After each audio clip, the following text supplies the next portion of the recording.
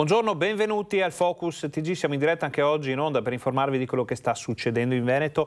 Tantissime le notizie dalla nostra regione, a partire dalle ricadute per il Veneto dei nuovi arrivi di migranti. Sappiamo che sono partiti, anzi ce lo dice, dovrebbe essere una notizia battuta poco fa dalle agenzie, partiti i primi pullman dalla Sicilia che porteranno 246 persone nella nostra regione. Dovrebbero arrivare a Venezia poi per quella che sarà la ridistribuzione nelle varie province. In questo momento non abbiamo ancora date informazioni sulle strutture di accoglienza che verranno utilizzate. Ce ne parlerà fra poco la nostra redazione veneziana, che si sta occupando di questo argomento molto importante per il Veneto. Questo diventa la notizia del giorno nella nostra regione.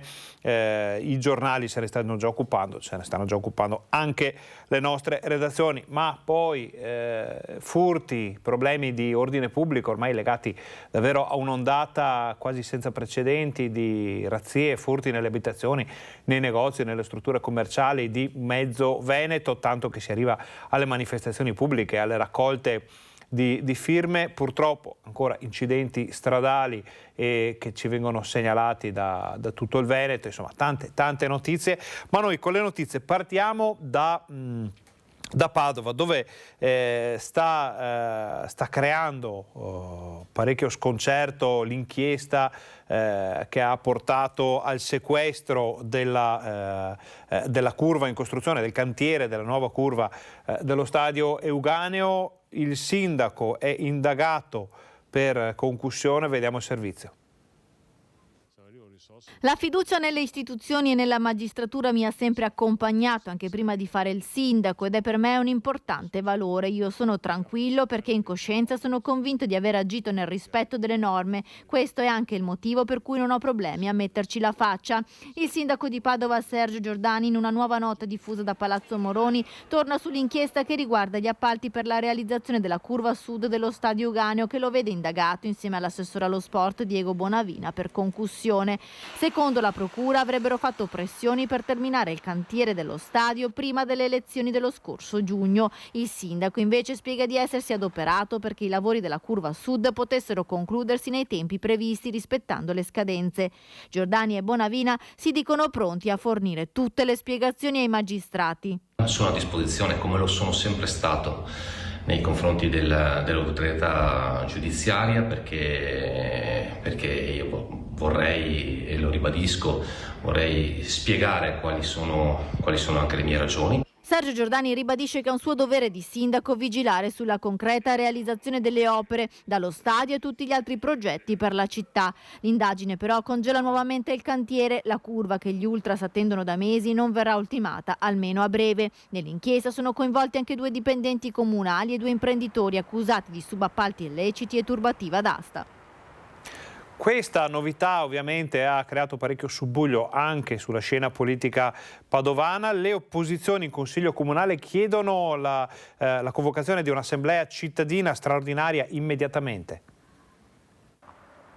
Opposizioni compatte sulla vicenda stadio, la posizione comune è chiara. È stata depositata la richiesta di convocare un consiglio comunale straordinario nel quale il sindaco Giordani e l'assessore Bonavina, entrambi indagati, chiariscano i fatti e comunichino quello che sanno dell'indagine, compresa l'ipotesi di reato. Chiediamo ciò che è nostro dovere fare. Quindi una convocazione urgente del Consiglio Comunale dove vengano spiegati i fatti accaduti partendo dall'inizio e quindi comprendendo anche le numerose interrogazioni che io personalmente e tutti altri componenti dell'opposizione abbiamo fatto.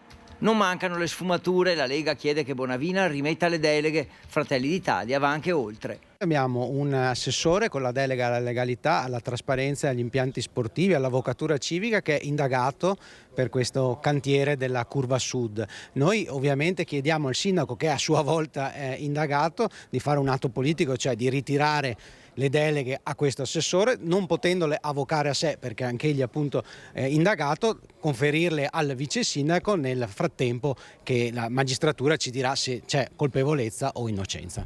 L'opposizione spiega che con 1/5 delle firme dei consiglieri il Presidente del Consiglio Comunale ha l'obbligo di procedere con la convocazione entro 20 giorni. Rimaniamo a Padova e poi torneremo eventualmente su questo tema, dovessero arrivare novità, perché c'è stato uno sgombero di alloggi Ater con una manifestazione davanti al comune, una giornate decisamente complicate per il capoluogo provinciale. Vediamo il servizio.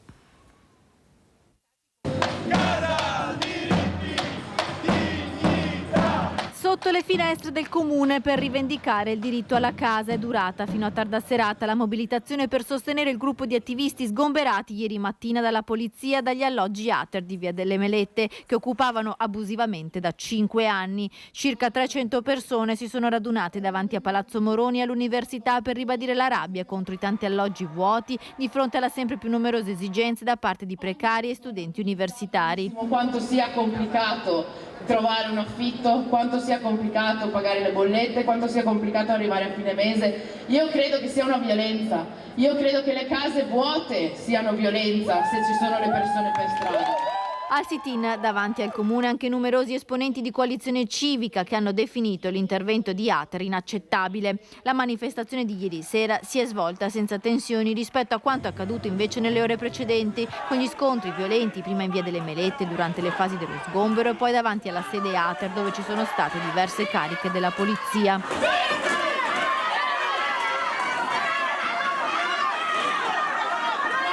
Negli scontri oltre una decina di manifestanti contusi sono rimasti feriti 2 poliziotti e 2 carabinieri. In serata il ministro dell'Interno Matteo Piantedosi ha espresso vicinanza agli agenti feriti ringraziando il prefetto di Padova e le forze dell'ordine per l'operazione di sgombero.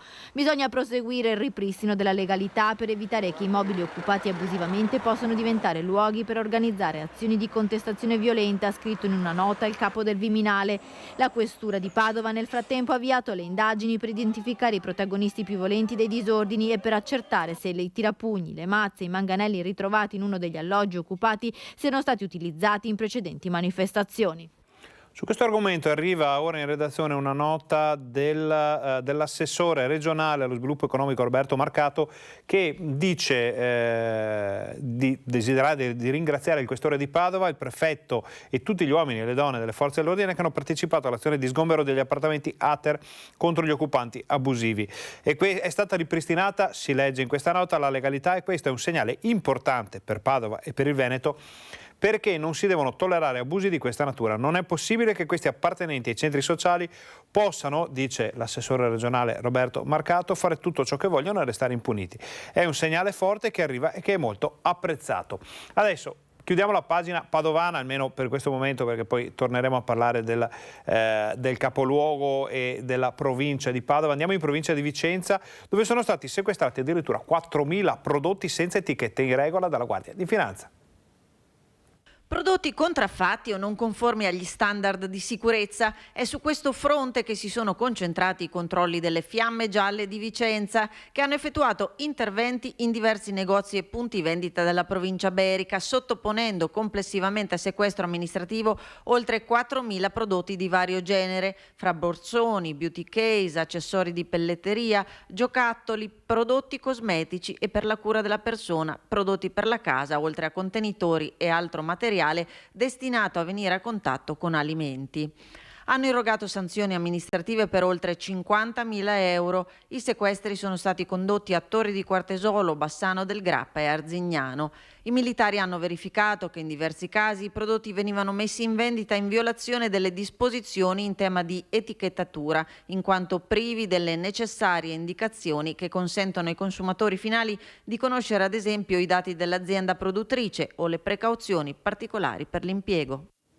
Sempre nel Vicentino controlli a tappeto da parte delle forze dell'ordine su input della questura. Vediamo com'è andata.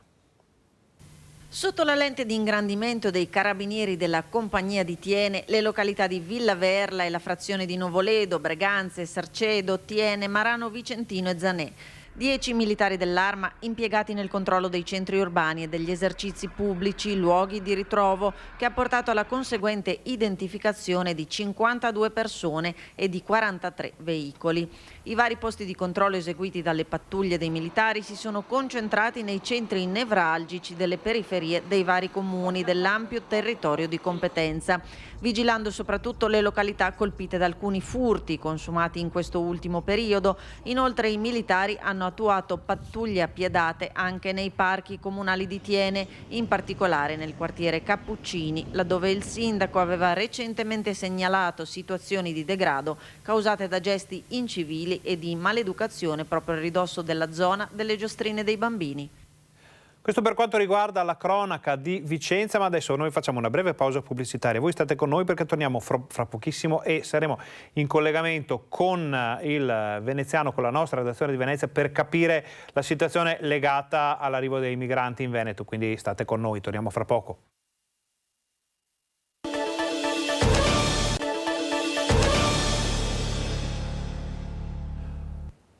Buongiorno, bentornati al Focus TG, siamo in diretta anche oggi in onda per informarvi di quello che sta succedendo in Veneto. Notizia di giornata in Veneto è quella dell'arrivo nella nostra regione dei primi migranti. La stampa nazionale parla di 246 persone partite questa mattina dalla Sicilia con i pullman.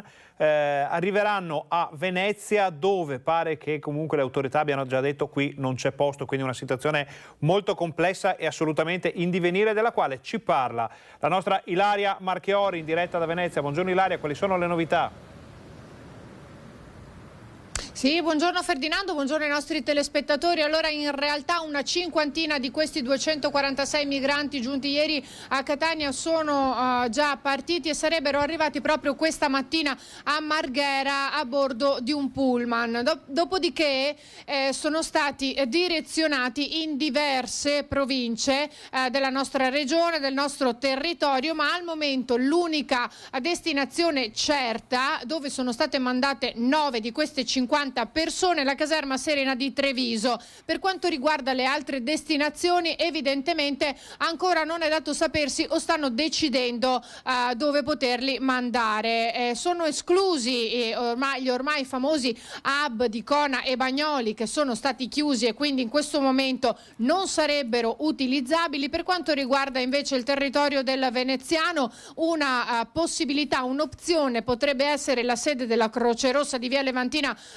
di Jesolo, dove però un paio d'anni fa ci sono stati alcuni scontri e quindi anche lì ovviamente si sta andando con il piede di piombo, oppure la sede della Caritas di Mestre, che però attualmente è già al limite della capienza. Questo perché naturalmente sono state ospitati in questi mesi, ma anche nel corso degli anni, moltissime persone e quindi ovviamente la situazione è diventata quella di capienza, di pienone, se così vogliamo dire, per cui i posti proprio non ci sono. Anche per questo il prefetto di Venezia, Vittorio Zappalorto, che è anche il coordinatore delle 7 prefetture delle province del nostro territorio, ha detto: io alzo le mani, è da tantissimo tempo, sono da mesi che continuo a ripetere al Dipartimento per l'immigrazione del Ministero dell'Interno che di posti in questa provincia, in questa regione non ce ne sono, ma sembra che le sue lettere, le sue richieste siano rimaste in qualche modo inascoltate. Non so più che cosa dire, quelli che riusciremo a sistemare li sistemeremo, ha detto ancora Zappalorto, dopodiché in qualche modo bisognerà trovare un'altra soluzione.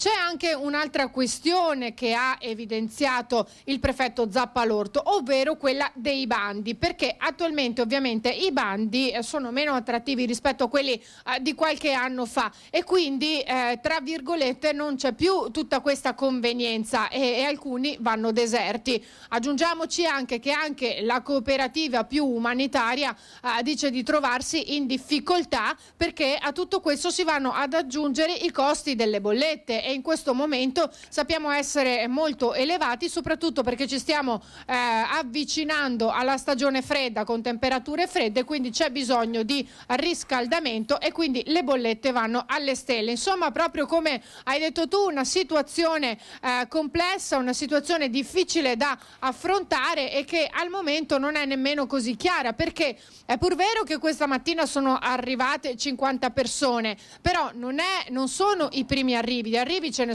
ne sono continuamente, ce l'ha proprio spiegato il prefetto. È vero che questi sono arrivati direttamente da Catania e che in questi giorni diciamo è teatro di numerosi arrivi, però non sono i primi, di arrivi ce ne sono continuamente e quindi anche di strutture che li devono ospitare, per cui è anche per cui gioco forza, è ovvio che queste strutture iniziano ad essere affannate, a non farcela più e a non riuscire a sostenere ulteriori persone da ospitare, dunque ulteriori arrivi. Alla domanda che è stata rivolta al prefetto Zappalorto su un'eventuale riapertura degli hub nel nostro territorio. Ricordiamo ancora gli hub di Cona e di Bagnoli che ormai sono chiusi e attualmente non sono per niente funzionali.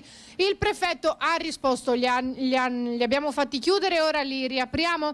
Ci stanno spingendo in una direzione pericolosa. Abbiamo già visto com'è finita con i miei predecessori, tutti sotto processo perché prefetti, funzionari sono stati alla fine gli unici a farne le spese. Io non sono disposto a diventare il prossimo. Dunque anche le parole del prefetto Zappalorto, che lo ricordo nuovamente è coordinatore delle 7 prefetture del nostro territorio, oltre che essere prefetto di Venezia, sono molto chiare. Attualmente dunque non ci resta che attendere, cercare di capire dove sono state mandate o dove andranno le altre persone giunte questa mattina a Marghera. 9, lo ripeto, sono alla caserma Serena di Treviso. Per le altre avremo aggiornamenti nel corso della giornata o nelle edizioni serali dei nostri telegiornali. Se non ci sono altre domande, io restituisco la linea allo studio. Ringraziamo Ilaria Marchiori, grazie per queste informazioni. Ilaria, ovviamente se ci saranno informazioni potremo anche darle qui nel corso della nostra del Focus TG, quindi fino alle 13:30 tutto quello che di nuovo arriva dalle province del Veneto, da Venezia, sulla questione migranti lo daremo in diretta. Grazie alla nostra collega e buon lavoro. Giustamente avete sentito quelle che sono le difficoltà di questo momento, ne sapremo di più nel corso della giornata, ovviamente, visto che Zappalorto è il coordinatore, tra virgolette, delle 7 prefetture del Veneto. Bisognerà capire dove, come e quando verranno poi smistati gli arrivi, ovviamente nelle edizioni di TG di questa sera, tutte le altre notizie. Adesso rimaniamo nel veneziano, rimaniamo con la nostra collega Ilaria Marchiori, perché auto in corteo a Milano e Pianiga per dire basta a furti, rapine e criminalità. La gente è tanto arrabbiata, è tanto preoccupata, non si sa con chi prendersela. Un colpo al giorno. Esasperati per una situazione che va avanti ormai da anni, i residenti di Pianiga, Campocroce di Milano, Santa Maria di Sala hanno organizzato per domani sera una protesta per porre l'attenzione su un fenomeno sempre più diffuso e lanciare un messaggio. Ci incontriamo alle 19:30 a Pianiga, si parte da Pianiga e toccheremo le varie frazioni, i comuni di Santa Maria di Sala e Milano per finire poi in piazza Milano e facciamo un corteo sulla sicurezza. Perché come ogni anno a cadenza, nell'imbrunire della sera, cominciano i furti, sempre gli stessi orari, con sempre le stesse modalità. Sono già 6-7 anni che andiamo avanti.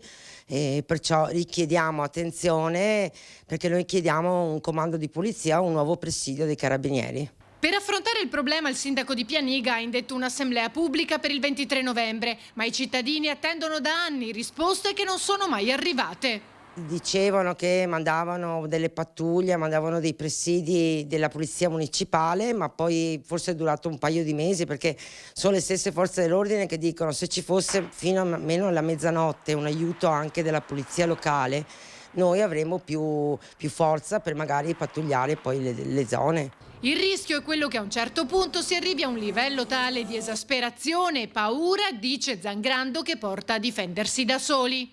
Le persone sono armate, tantissime sono armate in casa perché magari vanno a caccia o armi magari ereditate, e è logico che l'impulso è mi ciappo e scioppo e sparo, però è là che io mi spavento di più, perché so cosa succede dopo, quando tu ti sei difeso in casa tua, ti ritrovi una decina di anni di processi, di udienze, soldi spesi per poi finire in galera. Vediamo come si stanno attrezzando i trevigiani, in questo caso per l'ondata di furti che sta colpendo anche quella provincia. Mi sto premunendo in qualche maniera, insomma, ho già allarme e tutto, però la sera appena vedo buio mi chiudo. Per dire il vero, hanno già rubato a casa mia per il passato, sia a casa che al mare. Sono sempre preoccupata e cerco di tenere chiuso il possibile. Io mi chiudo bene, sì, ci penso perché ci penso, però. Non ci penso perché la gente è sempre preoccupata di qualcosa, però se hai l'anima in pace, stai in pace e basta. Non essere troppo attaccati alla proprietà. Sperare che non capiti, insomma.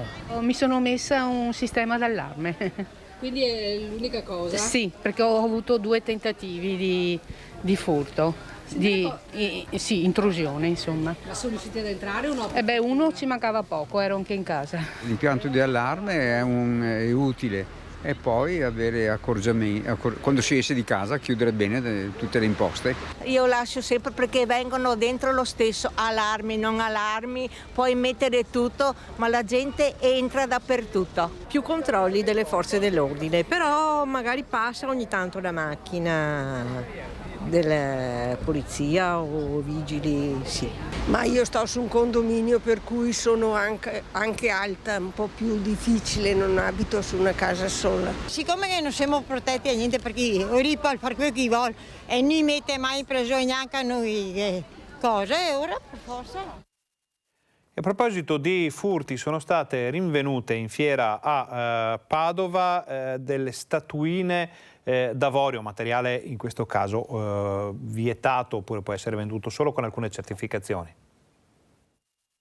14 manufatti d'avorio ricavati dalle zanne degli elefanti, sequestrati dal nucleo Carabinieri CITES di Venezia in collaborazione con i Carabinieri di Padova alla fiera antiquaria in corso in questi giorni al quartiere fieristico. Deferiti alla Procura della Repubblica Uganea 2 espositori che vendevano statuine in avorio senza averne gli specifici certificati per la cessione.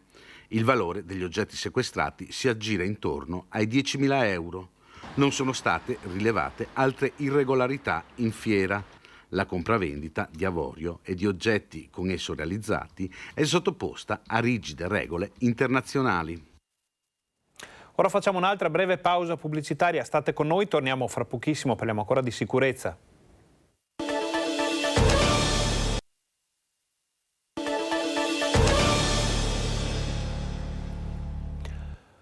Buongiorno, bentornati al Focus TG, siamo in diretta anche oggi in onda per informarvi di quello che sta succedendo in Veneto, tantissime le notizie dalla nostra regione, stiamo seguendo da vicino l'arrivo e la redistribuzione dei migranti nella nostra regione. Pare che, secondo alcune informazioni che non sono ancora confermate, che quasi tutte le province avranno degli arrivi già da oggi, comunque nei prossimi giorni, perché il numero di persone da distribuire è comunque piuttosto elevato, quindi ci saranno ripercussioni per il territorio. Stiamo aspettando di capire qual è la lista dei comuni interessati per potervela dare o nel corso del nostro Focus TG o nel corso della nostra informazione TG Bassano, TG Vicenza, tutti gli altri telegiornali del gruppo Media Nord-Est. Ma adesso torniamo sull'altro tema di questo periodo, la situazione della sicurezza, l'ondata di furti che sta colpendo praticamente tutto il Veneto. Vediamo che cosa dice il prefetto di Treviso. Nei prossimi giorni in prefettura noi sottoscriveremo un protocollo d'intesa con i comuni di maggiori dimensioni, a partire da Treviso, Vittorio Veneto, Castelfranco e gli istituti di vigilanza per un concorso maggiore nel presidio del territorio tramite le guardie giurate. Così il prefetto Angelo Sidoti sulla recrudescenza dei furti che si è registrata soprattutto nelle ultime settimane. Il protocollo sarà firmato l'11, poi ci sarà un tempo tecnico per raccordarsi con le forze dell'ordine. Da Mogliano a Vittorio Veneto ci sono registrati diversi colpi, un fenomeno che sta preoccupando i cittadini. L'attenzione da parte delle forze dell'ordine e delle istituzioni è massima. Controlli e presidi sono all'ordine del giorno. Assicuro comunque che l'attenzione delle forze di polizia sul reato in specifico di cui stiamo parlando è massima. E invito anzi però le persone, visto che qualche volta capita di non chiudere perfettamente la propria porta, o per chi ce l'ha, di non aprire, di non allacciare insomma il sistema di allarme, di farlo sempre, anche se si esce solo per mezz'ora. Rimane fondamentale la collaborazione dei cittadini. Le segnalazioni permettono alle forze dell'ordine di arrivare repentinamente sul posto e bloccare i malviventi. I furti in abitazione, tentati o riusciti, sono aumentati. Il periodo di Natale è quello considerato maggiormente a rischio. Un reato molto grave che giustamente allarma la collettività, perché non è solo un reato contro il patrimonio, ma è un reato anche contro la inviolabilità del domicilio, cioè contro la sfera della vita privata in cui una persona raccoglie i suoi affetti e si dovrebbe sentire più tranquilla. E quindi ci sarà una particolare attenzione a questo fenomeno da parte delle forze dell'ordine per prevenirlo e per scoprire i responsabili, e da parte della procura per, una volta che i responsabili siano stati denunciati dalle forze dell'ordine, per portare avanti nei tempi più rapidi il processo. Proprio ieri le volanti della polizia hanno fermato nei pressi della stazione di Conegliano 2 individui pluripregiudicati per furti, residenti nel Vicentino in Toscana. Addosso avevano arnesi atti allo scasso e spray urticante. Ai 2 soggetti è stato comminato dal questore di Treviso il provvedimento di foglio di via con divieto di ritorno a Conegliano per 3 anni. E a conferma che questa situazione è diffusa sul territorio, è diffusa in tutto il Veneto, con varie declinazioni, varie risposte anche da parte delle autorità e della cittadinanza, arriva la notizia che a Padova c'è la raccolta di firme contro l'ormai famigerato ladro del centro storico. Dopo la denuncia fatta ai nostri microfoni del ladro che terrorizza i negozi del centro, è stata presentata al gabinetto del sindaco la raccolta firme per chiedere più sicurezza. Credo che queste firme siano abbondantemente sufficienti per dimostrare quella che è l'angoscia delle persone che lavorano, e quindi sono tutte proprio centro storico. Non mi sono nemmeno allargata di qualche via, perché altrimenti tutti vorrebbero farlo, perché tutti hanno paura, perché tutti hanno comunque, tutte le persone che hanno firmato qui hanno subito un furto. Le forze dell'ordine hanno individuato il responsabile che ha creato scompiglio tra le vie cittadine. Ora ci vogliono punizioni esemplari. Dobbiamo dire che le forze dell'ordine ci sono e sì, questo lo dobbiamo sempre dire, che le ringraziamo perché ci sono, però non sono sempre presenti. Ecco, in questo momento chiediamo più controlli e soprattutto, se questa persona sarà individuata, sarà fermata, ecco, metterlo nelle condizioni di non fare più quello che sta facendo, né lui né qualcuno che abbia le sue stesse idee. Noi dobbiamo, già che i tempi sono duri, dobbiamo poter lavorare in sicurezza, non con la paura che qualcuno ci rubi la roba. Sono arrivate anche le guardie giurate in alcuni esercizi, resta comunque la paura di azioni violente. Ruba e se ne va. Talvolta le commesse si accorgono, ma lui le minaccia dicendo: se parlate vi faccio del male. Quindi mette paura veramente, soprattutto tra le commesse, che insomma va prevalentemente dove ci sono donne. Non solo criminalità, non solo sicurezza, ma anche problemi, per così dire, di ordine pubblico. Ci spostiamo adesso nel Vicentino, dove il sindaco di Villaverla ha dato il via allo sgombero del campo nomadi, sul quale erano state fatte dai cittadini alcune segnalazioni. C'è stata una riunione importante in prefettura e i nostri giornalisti hanno incontrato il sindaco. Sentiamo cosa ci ha detto. È una situazione che per fortuna non è tramutata in tragedia, perché avrebbe potuto esserci un'esplosione con conseguenze ben più tragiche. Fortunatamente ciò non è avvenuto. SAR, che gestisce la rete di metano, è intervenuto il giorno stesso andando a chiudere la falla di perdita del gas, e nei prossimi mesi farà un ulteriore intervento per sistemazione dell'area. Area che come sindaco ho ordinato tramite apposita ordinanza allo sgombero. Dopo lo scampato pericolo di esplosione a seguito di un tentativo di manomissione della colonnina del gas, così si presentava questa mattina l'ex campo nomadi di Via Stadio e di Villaverla. Lo sgombero immediato ordinato dal sindaco è stato oggetto di discussione al tavolo provinciale per l'ordine e la sicurezza pubblica convocato in prefettura.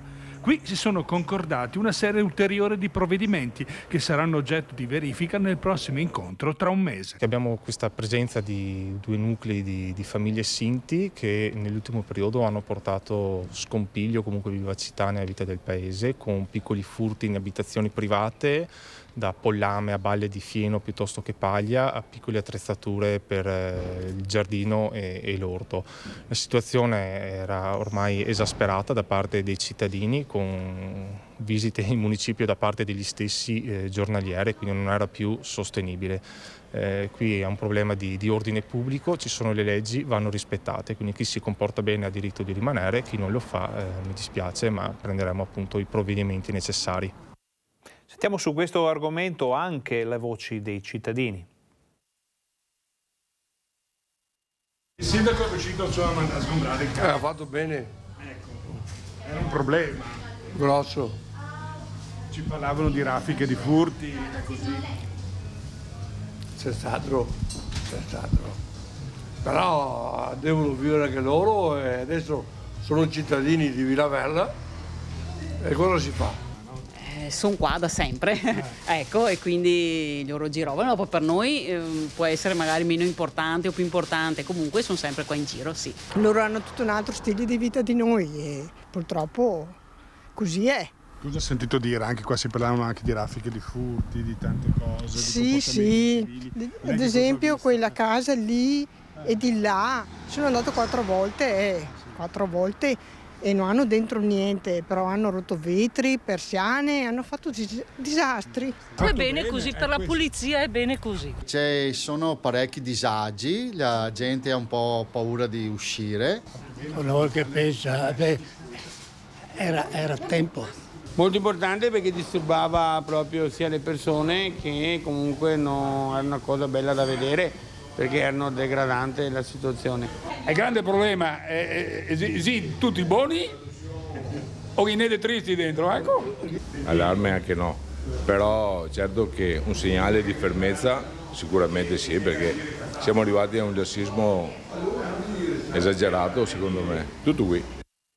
Cambiamo decisamente argomento, cambiamo anche zona, pur rimanendo all'interno della pagina della cronaca. Vediamo cos'è successo a uno studente che si è presentato a scuola con un coltello.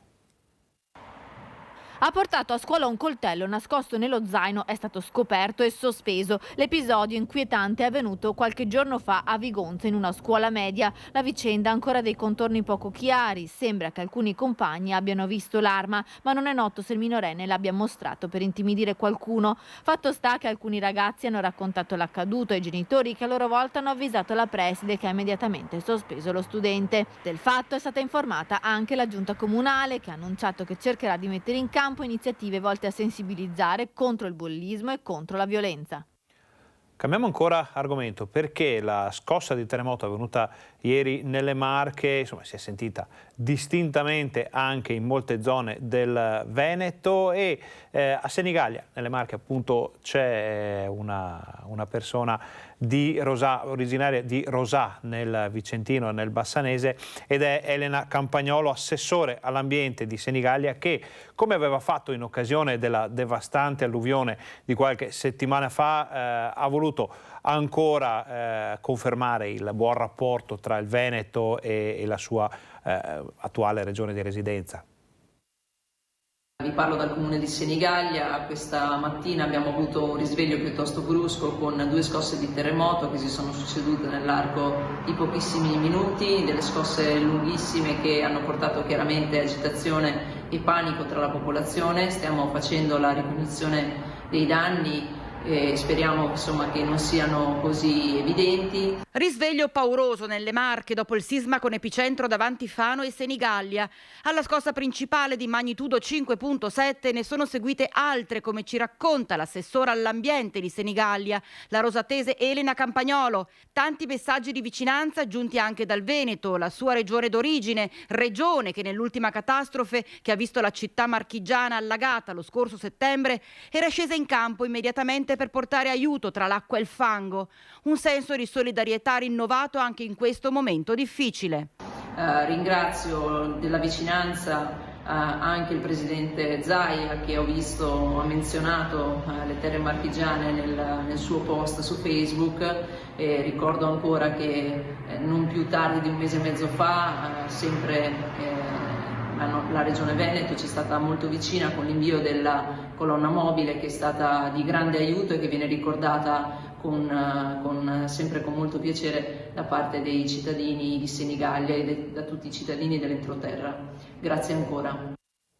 Ora noi facciamo un'altra breve pausa pubblicitaria, ma prima di andare con il break arriva una notizia da Padova della quale si sta già informando la nostra redazione. Pare che all'Istituto Oncologico Veneto un medico sia stato aggredito questa mattina da un paziente con un coltello.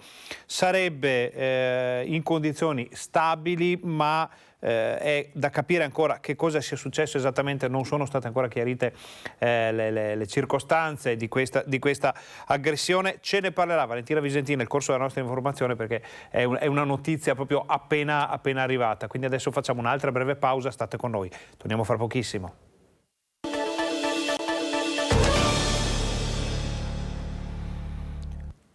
Buongiorno, bentornati alla Focus TG, siamo in diretta anche oggi in onda per informarvi di quello che sta succedendo in Veneto. Ci arriva proprio in questo momento un lancio d'agenzia che conferma quello che abbiamo detto appena prima della pubblicità, ovvero che un medico è stato aggredito con un coltello stamane a Padova da un paziente all'interno dello IOV, Istituto Oncologico Veneto. Il medico rimasto ferito è stato subito soccorso dai colleghi. Al momento si sa soltanto che si trova in pronto soccorso, che le sue condizioni sono stabili. Il fatto è stato reso noto anche dal presidente Veneto Luca Zaia, che ha inviato una nota alla stampa per confermare, per dire che insomma sta seguendo personalmente l'evolversi della situazione. Se ne sta occupando, come dicevamo, la nostra redazione. Fra poco tutte le informazioni anche su questa notizia. Torniamo nella Marca trevigiana, parliamo di incidenti stradali, di sicurezza stradale, 181 patenti sequestrate, ma la notizia è un'altra, perché ci sono persone ubriache alla guida già di giorno. Già di giorno, anche al mattino addirittura, ci sono delle persone che hanno già assunto delle sostanze alcoliche. Da 6 mesi le forze dell'ordine nella Marca stanno effettuando decine di controlli agli automobilisti dopo gli incidenti stradali dovuti al consumo di alcol. Malgrado i numerosi appelli delle settimane scorse ad una guida più prudente e responsabile, tra cui quello del procuratore della Repubblica Marco Martani, nei posti di blocco disposti dalla prefettura si sono riscontrate numerose irregolarità. Il campionario delle patenti sequestrate a causa dei tassi alcolemici al di sopra dei limiti è vasto. Si va dallo studente all'uscita da una festa con amici, all'operaio alla guida dopo la pausa pranzo. Anche questo ci deve interrogare sui nostri comportamenti di vita quotidiana a questo punto, non soltanto di guida, perché l'assunzione di alcol non fa certo bene alla salute in certi momenti della giornata. Nel solo mese di ottobre sono state ritirate 181 patenti. Di fronte ad una impennata di questi casi, di tragedie che colpiscono le famiglie, ha precisato il prefetto Sidoti, sarà necessario continuare a mettere in campo controlli in modo capillare ed esteso che continueranno anche in futuro. I nostri controlli hanno innanzitutto una finalità preventiva, far vedere la pattuglia sulla strada e porta ovviamente a moderare la velocità, ad avere una guida più sicura. Tuttavia non possiamo non prendere atto della parte repressiva che porta appunto a tutti questi casi di ritiro di patenti che ci fanno pensare che c'è tanta gente che si pone alla guida in stato di ebbrezza, oppure assumendo sostanze stupefacenti o tenendo un comportamento di guida pericoloso senza allacciare le cinture, usando smartphone oppure pestando sull'acceleratore e cedendo nella velocità. Invece, per quanto riguarda gli attacchi Novax, e siamo comunque sempre nel Trevigiano, ci sono state nuove scritte nel mirino, stavolta il sindaco di Treviso Mario Conte. Torna la W cerchiata, torna la vernice rossa, tornano ancora una volta le scritte Novax a Treviso, ma questa volta all'esterno dell'Istituto Palladio di via Tronconi e nel mirino finisce il sindaco Mario Conte, definito nazista.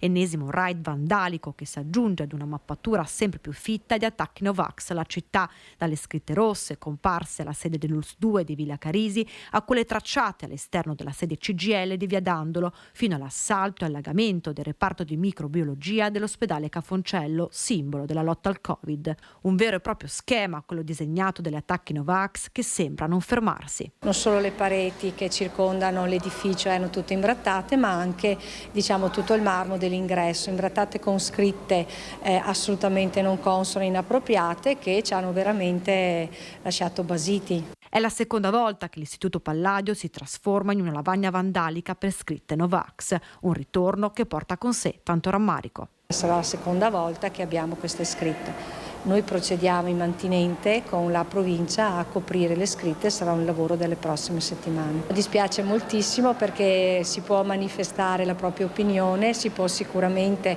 manifestare dissenso senza per questo danneggiare quelli che sono gli edifici di una scuola. Episodio questo denunciato alle forze dell'ordine che ora passeranno al setaccio le telecamere di videosorveglianza. Noi solitamente chiamiamo le forze dell'ordine che naturalmente sono arrivate prontamente, sia i carabinieri che la polizia, è intervenuta anche la Digos per fare tutti i rilievi, tutti gli accertamenti del caso, non solo le foto, ma anche abbiamo consegnato alla Digos e alla Questura quelli che sono i nostri contatti con la società che abbiamo di videosorveglianza. Un attacco frontale al primo cittadino arrivato dopo alcuni messaggi intimidatori apparsi sulle chat di Telegram, sempre a firma W. Un'offesa alla democrazia e alla città, è così che il sindaco commenta l'accaduto, supportato dalla massima solidarietà del presidente della Regione Veneto Luca Zaia, che punta il dito contro i nemici delle istituzioni che non fermeranno, come commenta, l'azione degli amministratori che come Conte lavorano ogni giorno per superare le difficoltà. Ora vediamo le novità del procedimento legato al crack di BPV.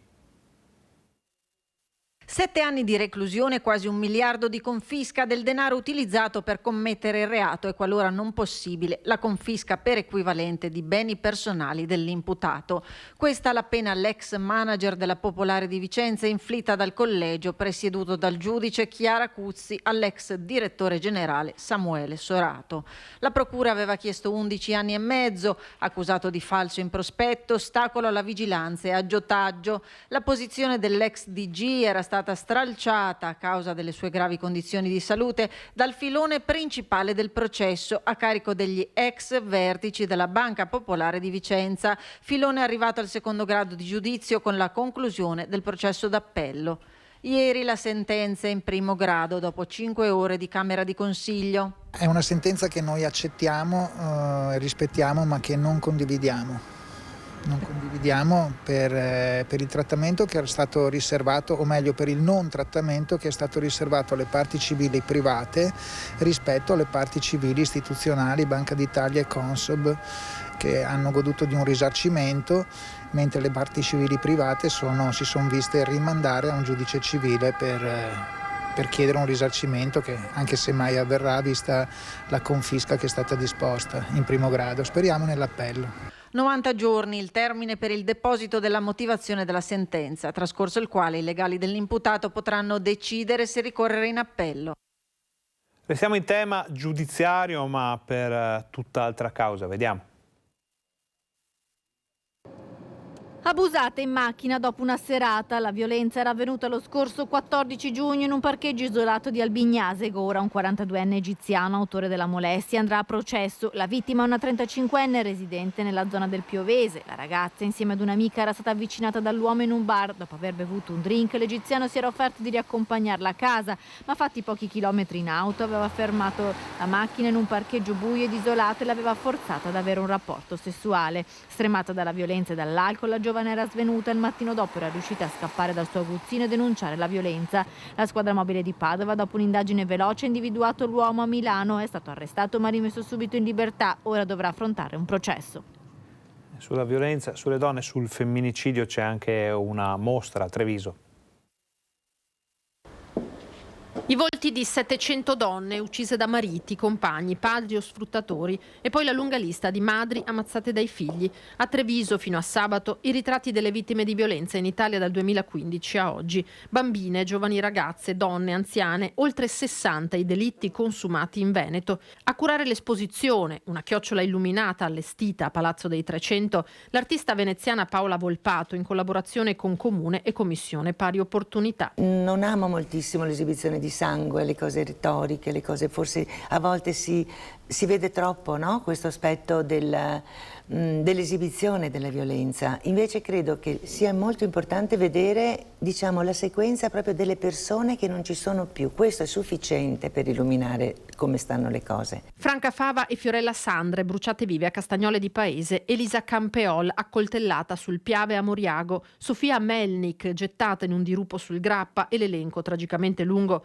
potrebbe continuare. Spiccano gli sguardi in questi visi ritratti gioiosi, sorridenti che Paola riproporrà in altri eventi a Mestre e Zellarino. Volevo ribadire il loro orgoglio di donne, la loro dignità di persone. Questo è centrale per me. Cioè far vedere la forza vitale, la bellezza che c'è in ognuna di loro, perché sono anche molto, secondo me, molto piene di speranza queste persone che guardano. Probabilmente chi le fotografa è stato quello che le ha uccise, no? È un cortocircuito tremendo se ci si pensa. Volti che parlano alla coscienza di ciascuno. Ci sono molti uomini, ma anche molte donne che si tirano fuori dal problema, pensano che non riguardi loro, pensano che non vogliono approcciarsi al problema, mentre invece secondo me è una tematica che dovrebbe essere affrontata e approfondita veramente da tutti. Ora ci spostiamo nel Bellunese. Dopo il devastante incendio dell'albergo Ponte Serra arriva anche una sottoscrizione popolare. Il cuore grande di una comunità, l'abbraccio a Davide Pante e alla moglie Deborah che in meno di 24 ore si è tradotto in aiuto concreto. Non erano neppure le 9 di ieri sera quando è stata resa nota l'attivazione di un conto corrente aperto dall'associazione turistica Lamon per raccogliere fondi a favore dell'osteria Ponte Serra distrutta dal furioso incendio che ha mandato in fumo sogni e speranze di una giovane coppia che lì all'imbocco della Valle del Cismon aveva investito i risparmi di una vita. L'IBAN di riferimento lo vedete in sovraimpressione, la causale raccolta fondi a favore Osteria Ponte Serra. L'iniziativa è stata sposata anche dalla Lamonese Calcio che domenica sosterrà la sottoscrizione popolare durante l'incontro Lamonese Pozzetto. Già ieri, nell'immediatezza dell'evento, durante il lavoro enorme dei Vigili del Fuoco accorsi da tutta la provincia e dal vicino Trentino, il sindaco di Lamon aveva garantito l'impegno dell'amministrazione comunale. Credo che oltre ovviamente ad esprimere vicinanza ed è il minimo, ma è anche naturale, si debba pensare a una qualche forma di sostegno straordinario. Sulle cause dell'incendio l'ipotesi più plausibile è che le fiamme si siano sviluppate a causa di un cortocircuito, distrutti il secondo e ultimo piano della struttura, seriamente compromesso anche il piano terra. I danni ingentissimi non sono stati quantificati. Frattanto nel primo pomeriggio alle 14:15 Veneto Strade ha riaperto al traffico la strada regionale 50 del Grappa e Passorolle, chiusa da ieri per consentire le operazioni di spegnimento del rogo. Riattivate anche le corse 26 e 29 del servizio extraurbano di Dolomiti Bus. Ora andiamo subito a Padova dove c'è Valentina Visentin con Tiberio Businaro per fare un po' il punto su quelli che sono stati gli sgomberi delle case ATER occupate e non solo. Buongiorno Valentina, buongiorno anche al sindaco. Buongiorno Ferdinando, sì, qui con me c'è il presidente di ATER Padova. Prima di commentare però gli scontri violenti che ci sono stati ieri a seguito degli sgomberi di 4 alloggi popolari, un flash sulla notizia di cronaca che è arrivata pochi minuti fa in redazione, ovvero l'accoltellamento di un medico dello IOV. Ad accoltellarlo sarebbe stato un paziente che aveva appena visitato. Non si conoscono i motivi dell'accoltellamento, sembra però che il medico sia stato ferito superficialmente, ma la ferita comunque ha necessitato delle cure e il medico è attualmente ricoverato in pronto soccorso a Padova. Sul posto è intervenuta la polizia. Maggiori dettagli su quanto è accaduto ovviamente nelle edizioni serali dei nostri telegiornali. Ma come dicevamo, Un altro argomento caldo in città oggi è proprio quello degli sgomberi che ci sono stati ieri. 4 alloggi popolari sgomberati dalla polizia, erano occupati da anni, ci sono stati degli scontri violenti prima davanti alle case e poi anche qui sotto la sede dell'Ater, che oggi è ancora presidiata dalle forze dell'ordine. Presidente Businaro, cosa risponde a quanto è accaduto ieri? Ma niente, è un atto di violenza gratuito, non mi aspettavo questo, siamo ancora frastornati, anche i dipendenti qui insomma non sono abituati a questi atti di violenza.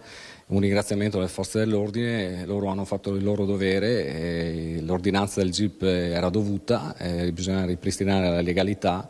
Erano anni che c'erano queste occupazioni abusive minimo dal 2019 e quindi diversamente non si poteva fare, hanno fatto quello che dovevano, è brutto quello che è successo, molto brutto.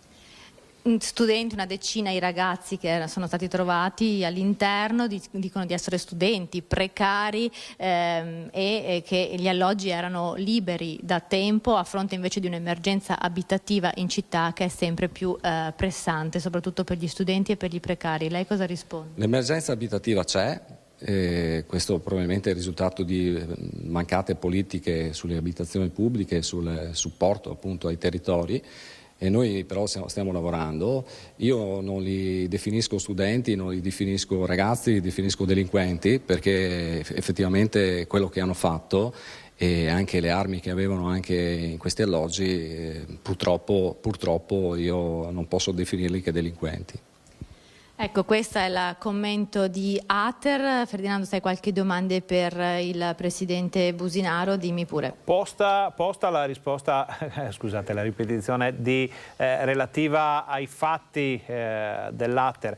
Io approfitterei della presenza di Tiberio Businaro, che lo ricordiamo, oltre che presidente Ater, è anche sindaco, per capire se ci sono novità per quanto riguarda il Padovano in generale o la bassa padovana per la situazione dei migranti. Allora, mi chiedevano dallo studio se c'è qualche novità sulla gestione dei migranti. Sono in arrivo in Veneto, dovrebbero essere arrivati questa mattina a Marghera i primi migranti. Da sindaco, che notizie ha per quanto riguarda l'accoglienza nel Padovano? No, per il momento io non sono stato informato di nessuna azione riguardo ai profughi. Certo che spero che non ritorni l'emergenza che c'era nel passato. Così come ha ricordato e ha detto e ha dichiarato Papa Francesco, noi abbiamo bisogno di un aiuto, dell'aiuto dell'Europa, non possiamo da soli affrontare questa emergenza e credo che poi anche i comuni stessi non abbiano la forza oggi di affrontare questa emergenza. Siamo già in grandissima difficoltà, abbiamo le famiglie con il problema delle bollette, i comuni stessi hanno problemi di pagare tutte le bollette per l'illuminazione pubblica e quant'altro. Per carità, le persone che hanno bisogno si aiutano, però bisogna sicuramente coordinare questa emergenza in modo diverso.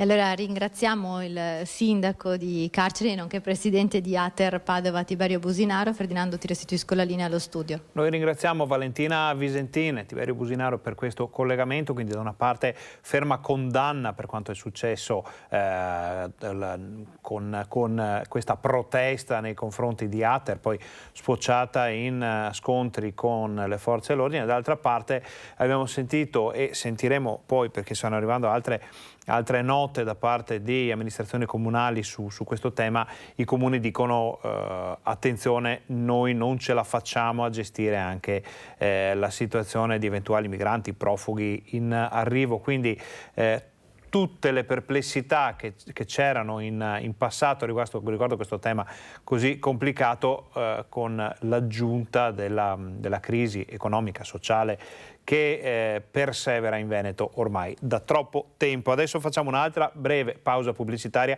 state con noi perché torniamo fra pochissimo.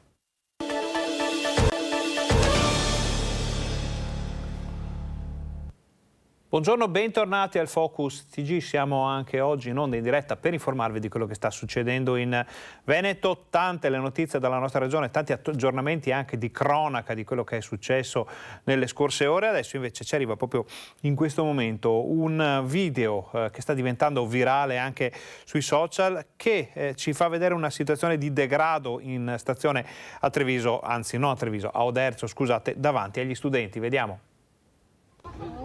Guarda che chiamano le signore. La signora pedale che sta con la polizia. Ma le figlie io non l'ho mai visto. Con la polizia che sta. No! Non partire, per favore. Roma, guarda come lo stanno guardando. Ma pronto? Stanno chiamando la polizia. Ma si fa facendo. Ma almeno potevo andare in bagno a fare. No, ma almeno farlo da qualche altra parte. Ma poi non davanti a tutti. Ma che stupido. Oh, queste sono le Allora, vediamo, abbiamo visto questo video, abbiamo sentito in sottofondo i commenti sconvolti dei ragazzi, dei giovani che hanno assistito a questa scena. Anche qui i nostri giornalisti si stanno occupando, stanno approfondendo per capire che cosa sia successo, quali siano i contorni di questa vicenda. Ne parleremo nei nostri telegiornali. Cambiamo decisamente argomento, vediamo la situazione degli edifici pubblici inutilizzati o per così dire abbandonati. Sono tantissimi in tutto il Veneto, ce ne sono tanti ad esempio anche a Bassano del Grappa. Bassano sale sul podio, ma in questo caso niente medaglie, niente allori, ma tanti spunti di riflessione. La classifica in cui la città si piazza al terzo posto è quella del numero di edifici pubblici inutilizzati. Un'indagine di Confartigianato Veneto ha fatto chiarezza su quante e quali siano le unità immobiliari pubbliche in disuso o abbandonate. Per quanto riguarda Bassano, si tocca quota 29 strutture inutilizzate, pari a oltre 15.000 metri quadrati di superficie, terzo comune dopo Vicenza e Thiene. Questi dati aprono, come detto, a una lunga serie di riflessioni sull'opportunità di valorizzare questi spazi, sul loro stato attuale di conservazione e quindi sulla loro sicurezza, visto lo stato di inutilizzo. Lasciarli così vuol dire anche gravare sui costi pubblici senza ricavarne un servizio alla collettività, per non parlare dell'impatto ambientale e del degrado. Evidenti poi, in caso di riutilizzo di questi edifici, sarebbero anche i benefici sociali, nuovi spazi dedicati alla comunità e riduzione dello spopolamento. Cambiamo ancora argomento, entriamo nella pagina dedicata all'attualità delle famiglie, delle amministrazioni comunali, dei negozi, di chi sta affrontando questo momento così difficile con scelte a volte anche complicate. Le famiglie si trovano davanti a bollette altissime, i comuni, come vedremo anche nei prossimi giorni, sono costretti a tagliare illuminazioni, manifestazioni natalizie, addirittura le luminarie. Siamo stati al mercato di Marostica per capire a cosa stanno attenti i cittadini quando fanno la spesa. Sentite cosa ci hanno detto. Molti danno un'occhiata ai capi d'abbigliamento, ma gli affari non fioccano. Siamo a Marostica, al mercato cittadino. La stagione, nonostante il sole, sembra che stia preparandosi al fresco e allora chiedono i capi più pesanti.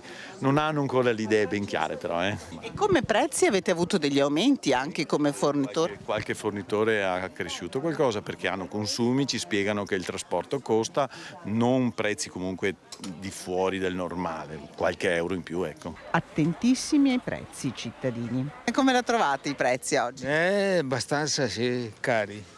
Cosa in particolare? Le arance, il pane anche. Ah sì, quanto l'ha pagato? 2 pani, quasi 4 euro. Un'attenzione all'acquisto confermata da tutti gli ambulanti. Stanno attenti a spendere perché ne hanno pochi. Non è in quanto ai prezzi, perché uno che viene al mercato sa che trova già dei prezzi molto concorrenziali e molto a portata di mano a tutte le... però se sono pochi soldi per le tasche la misura si fa da sola, capito? Voi avete avuto numerosi rincari? Moltissimi. Noi nei nostri settori così ambulanti, a partire dal gasolio, la corrente, il plateatico e la materia prima che aumenta aumenta e anche fatica a trovarla. Quest'anno il bilancio sarà un po' magro. Beh, speriamo che non arrivi mai il fine anno per non farlo. Per quanto riguarda la gestione dei buoni fruttiferi postali, c'è stata una maximulta apposta italiana, vediamo cosa cambia. L'autorità garante della concorrenza e del mercato ha concluso un'istruttoria nei confronti di Poste Italiane, sanzionandola di 1.400.000 euro in riferimento alla sua attività di gestione dei buoni fruttiferi postali. Secondo l'antitrust, Poste ha omesso e formulato in modo ingannevole informazioni essenziali relative ai termini di scadenza e di prescrizione dei titoli. I buoni postali sappiamo tutti che hanno una scadenza prescrizionale di 10 anni da dopo la scadenza sua scritta nel titolo e normalmente non esisteva un avviso preciso. Adesso l'antitrust è intervenuto imponendo alle poste l'obbligo di avvisare prima della scadenza. Noi abbiamo avuto tante richieste di persone, anche persone anziane, che avevano investito 4 soldi in questi titoli e purtroppo una volta prescritti non abbiamo potuto fare niente. Alla luce di tutto ciò, quali sono le indicazioni utili per chi si trovasse in possesso di buoni fruttiferi postali scaduti o vicini alla scadenza? Se per caso qualcuno si accorge solo ora di aver avuto il titolo prescritto, magari per problemi che ha avuto familiari, per la morte di un congiunto, eccetera, che non sono stati in grado di incassare il titolo per tempo, adesso con questa disposizione data dall'antitrust abbiamo la possibilità di richiedere alle poste se hanno adottato una qualche informazione nei confronti dell'utente prima che scadesse il titolo. Se questo non è avvenuto, avremo una buona possibilità di poter riprenderci i soldi. Per quanto riguarda invece le bollette, Viacqua ha deciso a Vicenza di dare vita alla cosiddetta bolletta smart per risparmiare carta e tempo. Smart, va di moda questo termine, smart car, smart TV, smart working, per chi parla anche italiano, smart si può dire intelligente, intelligente come la bolletta lanciata da Viacqua, smart perché è un servizio gratuito che arriva a destinazione via email, evitando inutili sprechi di carta. L'obiettivo è quello di snellire le procedure, di dare nuove opportunità ai cittadini e utenti e anche con queste minori bollette si calcola, se tutti aderissero a questa iniziativa, di risparmiare circa 12 tonnellate di carta all'anno. Beh, anche questo ci sembra una buona sintesi della parola sostenibilità. Ad oggi Viacqua stampa più di 1 milione di bollette, l'87% sono domestiche, il restante 13% aziendali. Grazie a questa innovazione si potrà rendere la bolletta più leggibile. Ci sono non solamente i consumi ma anche la storicità dei consumi e quindi uno si può anche regolare, facciamo tante campagne di promozione per riduzione dei consumi dell'acqua anche per vedere i propri miglioramenti anche familiari. Insomma, la bolletta si fa smart, una vera e propria rivoluzione lanciata da Viacqua. Uno degli obiettivi del piano industriale è quello di facilitare il rapporto con i clienti. La bolletta smart va proprio in questa direzione, oltre a quella di effettivamente aumentare la nostra sostenibilità e la sostenibilità in generale di tutto il servizio idrico integrato. E Cittadella invece punta al welfare. In che cosa si traduce questo progetto? Molto semplicemente, buono welfare che le nostre imprese possono destinare ai propri dipendenti come premialità, a fine anno un'occasione per i regali natalizi e quindi aiutare i propri dipendenti e allo stesso modo approfittare della defiscalizzazione che prevede il decreto aiuti bis e allo stesso tempo sostenere il nostro distretto del commercio. Da una parte il sostegno al reddito dei lavoratori, dall'altra l'aiuto all'economia del territorio con vantaggi fiscali per le imprese. Tutto questo è Cittadella in Welfare, il progetto promosso dall'amministrazione comunale con il sostegno della Camera di Commercio di Padova, con l'obiettivo di creare un'opportunità di crescita del territorio attraverso lo strumento del welfare aziendale.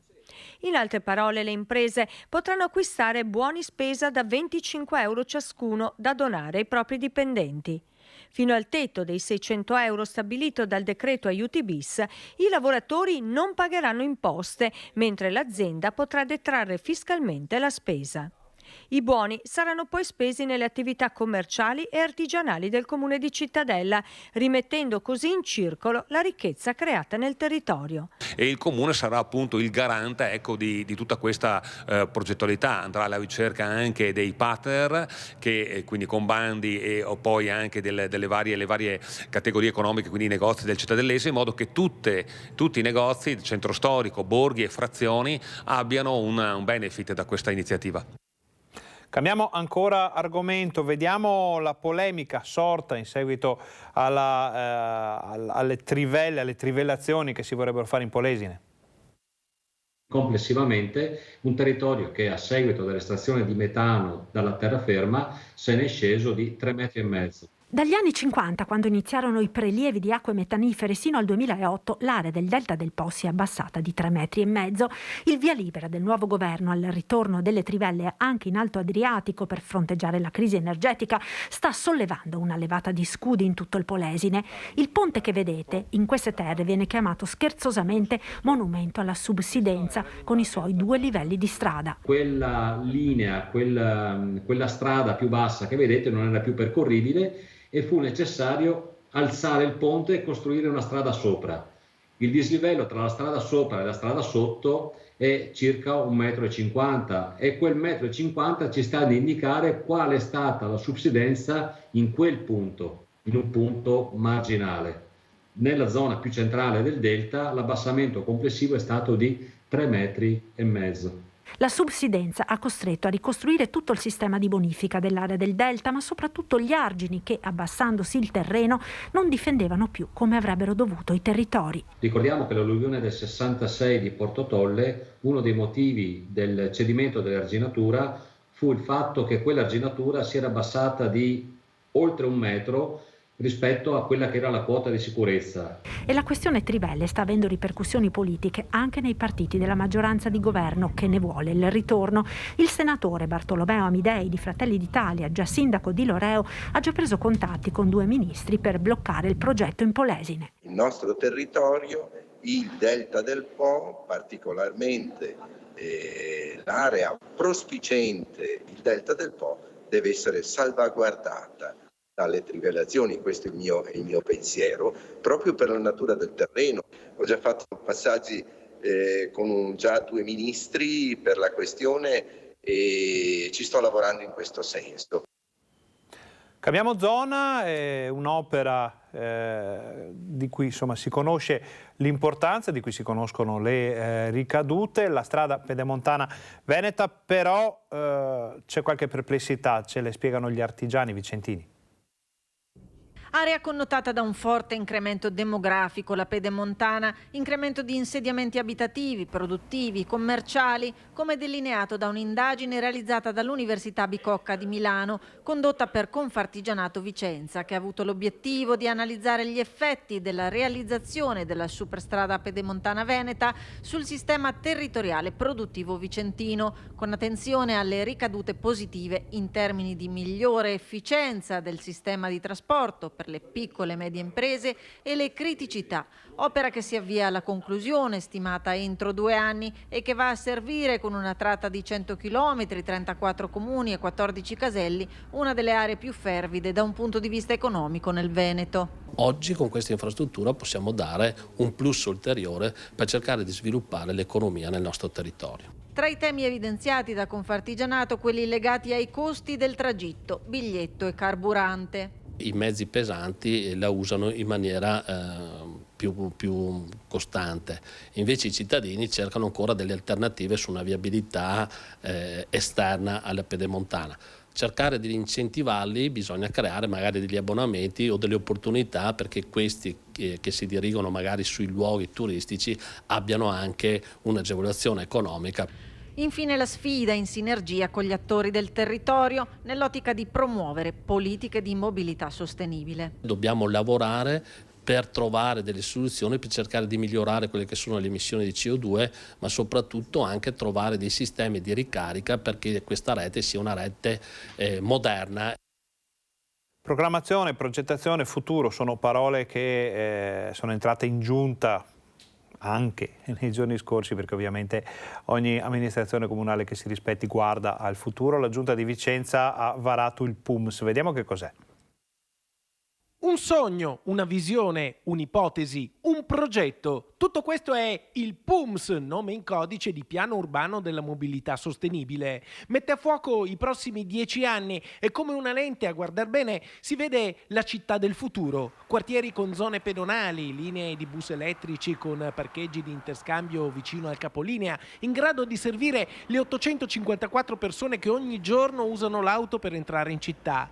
Benvenuti nella Vicenza che verrà. Oggi la Giunta di centrodestra ha messo nero su bianco il piano che verrà realizzato tra il 2023 e il 2032, tenendo conto delle richieste dei cittadini. Una delle richieste principali che ci arrivano dai cittadini nel percorso di ascolto che abbiamo fatto è quello di aumentare gli spazi pedonali e quindi di mettere nelle condizioni appunto i cittadini di avere veramente degli spazi non solo nel centro storico ma anche nei quartieri dove vivere e muoversi liberamente. Spazi pedonali da riprogettare nei quartieri per restituire vita ai negozi di vicinato, ai locali, ai bar. Quartieri cuciti tra loro dalle 2 linee di metrobus elettrici silenziosi da 18 metri che passeranno con una frequenza di 8 minuti e che arriveranno da una parte fino ai confini di Costa Bissara e dall'altra a sud-est con Caldogno. Obiettivo chiaramente è quello di chiudere prima possibile il progetto preliminare già finanziato dal Ministero e ottenere i finanziamenti poi per infrastrutturare la rete. Sono investimenti importanti che cubano circa 40 milioni di euro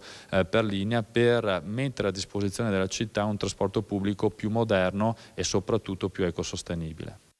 Il Comune di Vicenza, l'amministrazione comunale, è alle prese anche con il cosiddetto salto del montone. Vediamo di cosa si tratta. Il salto del montone, lo chiamano così ed è il vero grande nodo della nuova tratta della TAV, tutta da pianificare tra Vicenza e Padova. Il cosiddetto salto del montone è lo scavalco necessario per portare i binari da sud a nord della linea storica. Lo studio di fattibilità nel 2014 lo aveva collocato in aperta campagna a Grumolo delle Abbadesse, ma adesso pare che per motivi tecnici e per i vincoli territoriali potrebbe essere spostato nel comune di Vicenza a 7K.